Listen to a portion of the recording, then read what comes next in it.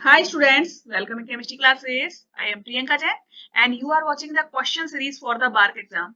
आप लोगों का BARC का एग्जाम आने वाला है तो उसके लिए मैंने कुछ क्वेश्चंस प्रिपेयर किए हैं यहाँ पर। और पिछली लेक्चर में मैंने आपको इलेक्ट्रोकेमिस्ट्री के क्वेश्चंस दिए थे और केमिकल काइनेटिक्स के क्वेश्चंस दिए थे। और अब जो लेक्चर है उसमें हम लोग देखने वाले न्यूक्लियर केमिस्ट्री के क्वेश्चंस, क्योंकि BARC के एग्जाम में न्यूक्लियर केमिस्ट्री से काफी क्वेश्चंस पूछे जाते हैं। तो आज हम लोग न्यूक्लियर केमिस्ट्री से कुछ क्वेश्चंस यहाँ पर देखेंगे। तो मेरी रिक्वेस्ट है, पहले आप लोग वीडियो को पॉज करिए, खुद से क्वेश्चंस लगाने की कोशिश करिए और फिर इनको मैच करके देखिए कि आपने सही तरीके से किया है कि नहीं किया है। ठीक है, तो चलिए क्वेश्चन स्टार्ट करते हैं। देखिए फर्स्ट क्वेश्चन क्या है। The half life of a nuclide 220 radon is 54.5 second. What mass of radon is equivalent to 1 millicuries. ठीक है, आपको यहाँ पर 1 मिली क्यूरीज में कितना आवास होगा ये हमें बताना है। 1 मिली क्यूरी का मतलब क्या होता है। देखिए ये एक यूनिट है डिसइंटीग्रेशन की, तो इसका मीन्स क्या होता है 1 millicurie is equal to 3.7 into 10⁻⁷ disintegrations per second, यानी कि एक सेकेंड में 3.7 इंटू 10⁻⁷ डिसइंटीग्रेशंस हो रहे हैं। और इसी को हम क्या कहते हैं, -dn/dt भी कहते हैं। ठीक है, पहले आप निकालो यहाँ पर लैम्डा। ठीक है, क्या निकालना है आपको, disintegration constant lambda, that will be equal to 0.693 divided by half life.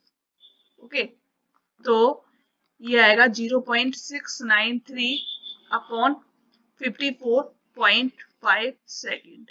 तो इसकी वैल्यू आपकी कितनी आती है 1.27 इंटू 10⁻⁻2 पर सेकेंड। ओके, अब 1 मिली क्यूरी में आपको पता है 3.7 इंटू 10⁻⁷ डिसइंटीग्रेशन पर सेकेंड है। तो हम क्या लिख सकते हैं यहाँ पर, एक फॉर्मूला आपने पढ़ा हुआ है जब मैंने आपको न्यूक्लियर केमिस्ट्री पढ़ाई थी। आप वहां के वीडियोस का लिंक डायरेक्ट आपको मिल जाएगा। ठीक है, आप यहाँ पर डिस्क्रिप्शन बॉक्स में भी लिंक्स देख सकते हो, कार्ड्स में भी मैं लिंक्स लगा दूंगी, वहां से भी आप देख सकते हैं। तो ये फॉर्मूला होता है -dn/dt is equal to lambda N. यहाँ एन क्या है, नंबर ऑफ न्यूक्लियस है। ठीक है, तो एन की वैल्यू यहाँ से आप निकाल सकते हो, क्योंकि आपको ये पता है -dn/dt कितना है 3.7 इंटू 10⁻⁷ पर सेकेंड। ओके, और लैम्डा की वैल्यू आपको पता है, यहाँ पर डिसइंटीग्रेशन और लगेगा, डिसइंटीग्रेशन पर सेकेंड। ठीक है, और यहाँ पर आपका आएगा 1.27 इंटू 10⁻⁻2 पर सेकेंड। तो ये वैल्यू आपकी निकल कर आती है 2.91 इंटू 10⁻⁹ डिसइंटीग्रेशन।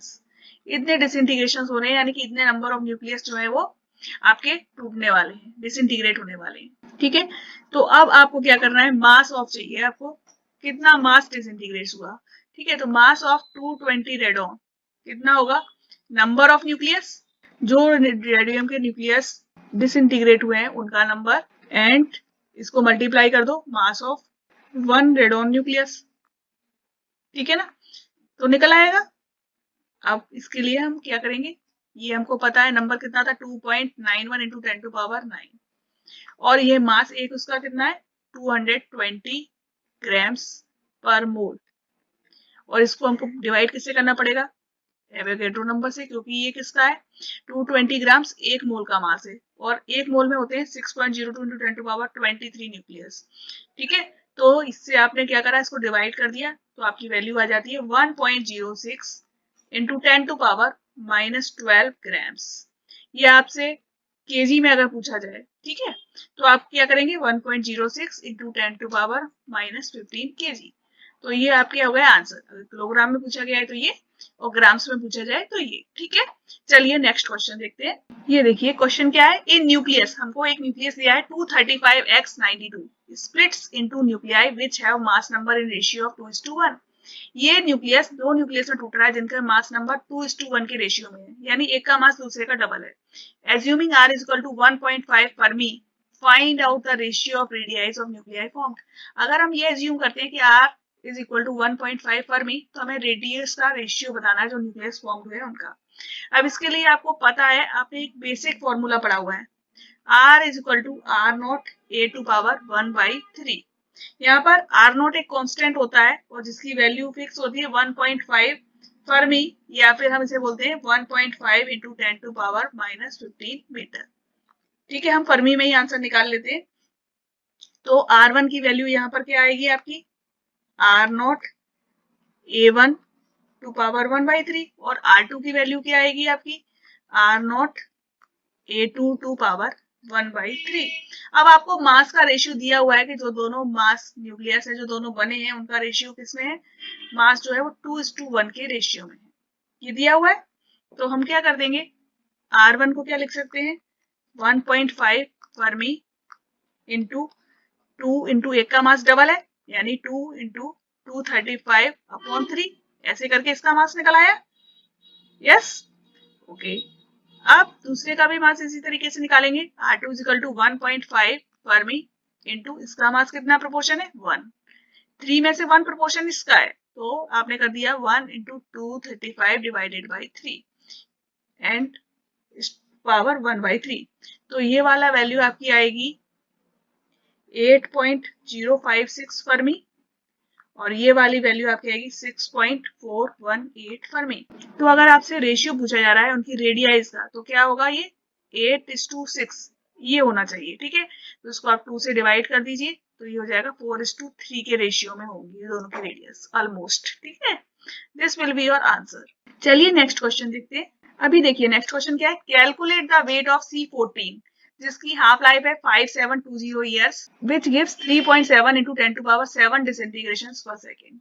ठीक है, अब आपको यहाँ पर मैंने जैसा आपको पहले बताया था क्या दिया हुआ है, रेट दिया हुआ है -dn/dt, this is equal to 3.7 into 10⁻7 disintegration per second में इतने डिसइंटीग्रेशन हो रहे हैं आपके। ठीक है, अब आपको यहाँ पर ये दिया हुआ है टी हाफ की वैल्यू आपको क्या दी हुई है 5720 ईयर्स में दी है, देख रहे हैं, और ये डिसइंटीग्रेशन पर सेकंड में है तो हमको इसको भी सेकंड में लेना पड़ेगा। तो ये कितना हो जाएगा 5720 इंटू 365 इंटू 24 इंटू 60 अब ये हो गया सेकंड में। ओके, तो हम इसके आगे लिख देते सेकंड। अब देखिए आपको क्या करना है, लेमडा की वैल्यू निकालनी है तो वो होगी 0.693 डिवाइडेड बाई टी हाफ। ठीक है, तो ये जो वैल्यू है टी हाफ की आप यहाँ पर इसको पुट कर दीजिए। ठीक है, तो आपकी वैल्यू निकल कर आएगी 0.693 divided by 5720 into 365 into 24 into 60। तो ये वैल्यू आपकी आती है यहाँ पर निकल कर 3.84 इंटू 10⁻12। तो अब आप ये वैल्यूज रख सकते हैं -dn/dt is equal to lambda n। तो आप यहाँ पर वैल्यूज रख दीजिए 3.7 into 10⁻7 is equal to 3.84 into 10⁻12। अब n नंबर ऑफ न्यूक्लियस है, इसको हम इस तरीके से भी लिख सकते हैं W/14 आप मॉलिक्यूलर वेट से डिवाइड करिए इंटू 6.02 इंटू 10⁻23 कर दीजिए। तो अब आप इसको कैलकुलेट कर लीजिएगा, W की वैल्यू आपकी आएगी 2.24 into 10⁻4 grams. This will be your answer. Okay, is it clear? चलिए नेक्स्ट क्वेश्चन देखते हैं। एक स्टेटमेंट वाइज क्वेश्चंस भी आपसे पूछ लिए जाते हैं। तो क्वेश्चन क्या है, carbon 14 dating method is based on the fact. जो हम कार्बन 14 वाली डेटिंग मेथड यूज करते हैं, आपने देखा है जो बड़े बड़े ट्रीज होते हैं, पुराने ट्रीज होते हैं, उनकी एज देखी जाती है, उसके लिए हम कार्बन 14 का यूज करते हैं। किस फैक्ट पर ये बेस्ड है? ठीक है, तो ऑप्शंस आपको क्या दिए, एक तो carbon 14 is highly soluble, second आपको दिया है carbon 14 is highly insoluble, third आपको दिया है carbon 14 fraction is same in all objects, और फोर्थ दिया ratio of carbon 14 and carbon 12 remains constant during the disintegration. ठीक है, तो यहाँ पर ऑप्शन नंबर 4 आपका सही आंसर है। एक्चुअली में क्या होता है, जब डिसइंटीग्रेशन होते हैं तो कार्बन 14 का और कार्बन 12 का जो रेशियो है वो फिक्स रहता है, कांस्टेंट रहता है, तो इसी बेसिस पर हम ये कार्बन डेटिंग वाला जो प्रोसेस है इसको यूज करते हैं। ठीक है, अगर आप इसका बहुत ज्यादा डिटेल्स देखना चाहते हैं तो मेरे जो वीडियो लेक्चर्स बने हैं न्यूक्लियर केमिस्ट्री के, उन्हें आप देख सकते हैं, आपको उसके लिंक डिस्क्रिप्शन बॉक्स में मिल जाएंगे। Okay, now see the next question. After the emission of beta particle followed by alpha particle from 214 bismuth 83 the number of neutrons in the atom is. ठीक है, हमको एक बिस्मथ का न्यूक्लियस यहाँ पर दिया हुआ है, क्या है न्यूक्लियस, देखिए हमको यहाँ पर बिस्मथ का न्यूक्लियस दिया हुआ है, न्यूक्लियस क्या है 21483 ये है। अभी इससे पहले हमने क्या करा, एक बीटा पार्टिकल निकाला, बीटा पार्टिकल्स मींस क्या निकलेगा यहाँ पर -1e0, ये हमें निकालना पड़ेगा। तो जब ये निकलेगा तो यहाँ पर क्या बनेगा 84 इसको निकलने पर आपको पता है जो आपका एटॉमिक नंबर है वो 1 से बढ़ जाएगा, तो हो जाएगा 84 बिस्मथ 214। अब इससे क्या निकला, एक निकला आपका alpha particle. Alpha particles means He24, helium का न्यूक्लियस निकल रहा है। तो जो ये एटॉमिक नंबर है ये 2 से कम हो जाएगा यानी 82 हो जाएगा, और जो मास नंबर है वो किससे कम हो जाएगा आपका 4 से, तो आपका आ जाएगा 210। Okay, this is the product that you are getting. Now what is the question? The number of neutrons in the atom is, atom में कितने नंबर ऑफ न्यूट्रॉन्स हैं, तो आपका प्रोटॉन्स का नंबर कितना हो गया, प्रोटॉन का नंबर है 82, और आपको दिया हुआ है जो एटॉमिक नंबर है वो है आपका 210, तो नंबर ऑफ न्यूट्रॉन्स कितना होगा 210 से आप 82 को माइनस कर दीजिए 8, और यहाँ पर आपका आ जाएगा 128। ठीक है, तो आपका जो आंसर है वो ऑप्शन नंबर बी है 128। This will be your answer. Okay, चलिए नेक्स्ट क्वेश्चन देखते हैं। The half life of 99 TC is 6 hour, hence average life is, ठीक है, आपको यहाँ पर दिया हुआ है टी हाफ दिया हुआ है, कितना है 6 आवर। अब आपसे पूछा गया है यहाँ पर क्या एवरेज लाइफ, इसे 2 से दिखाते हैं, that is equal to 1.44 into T half, ये फॉर्मूला मैंने आपको कराया हुआ है। ठीक है, तो इस फॉर्मूले को आप नोट डाउन कर लीजिएगा। तो यहाँ पर वैल्यू कितनी आएगी 1.44 इंटू 6 से आप मल्टीप्लाई कर देंगे तो आपका आंसर आएगा 8.66 आर। ठीक है, तो ऑप्शन नंबर डी इस क्वेश्चन का राइट आंसर है। चलिए नेक्स्ट क्वेश्चन देखते हैं। ये देखिए यहाँ पर क्वेश्चन क्या है, 27 aluminium 13 is the stable isomer, stable isotope, and Al29 13 is expected to disintegrate bye.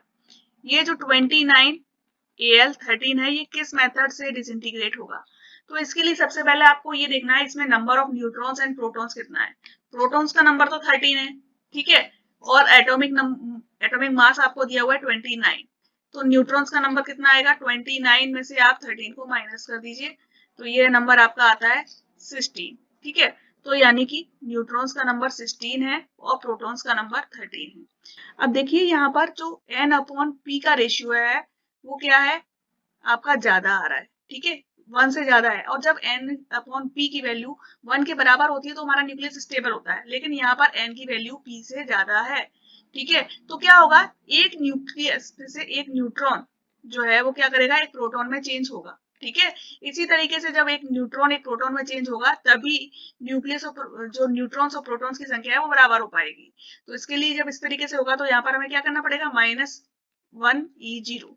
जब एक न्यूट्रॉन एक प्रोटॉन में चेंज होगा तो एक बीटा पार्टिकल या फिर एक इलेक्ट्रॉन बनेगा, तो इसलिए जो एमिशन होगा that is a beta particle emission. Okay, तो हमारा option number B beta emission is the right answer. Okay, तो इस तरीके से ये सारे क्वेश्चंस करने थे, ये थे different questions from the nuclear chemistry. अगर आप इसी तरीके के और वीडियो लेक्चर्स चाहते हैं और क्वेश्चंस करना चाहते हैं तो प्लीज मुझको कमेंट करिए, वीडियो को लाइक करिए, चैनल को सब्सक्राइब करिए। Thank you.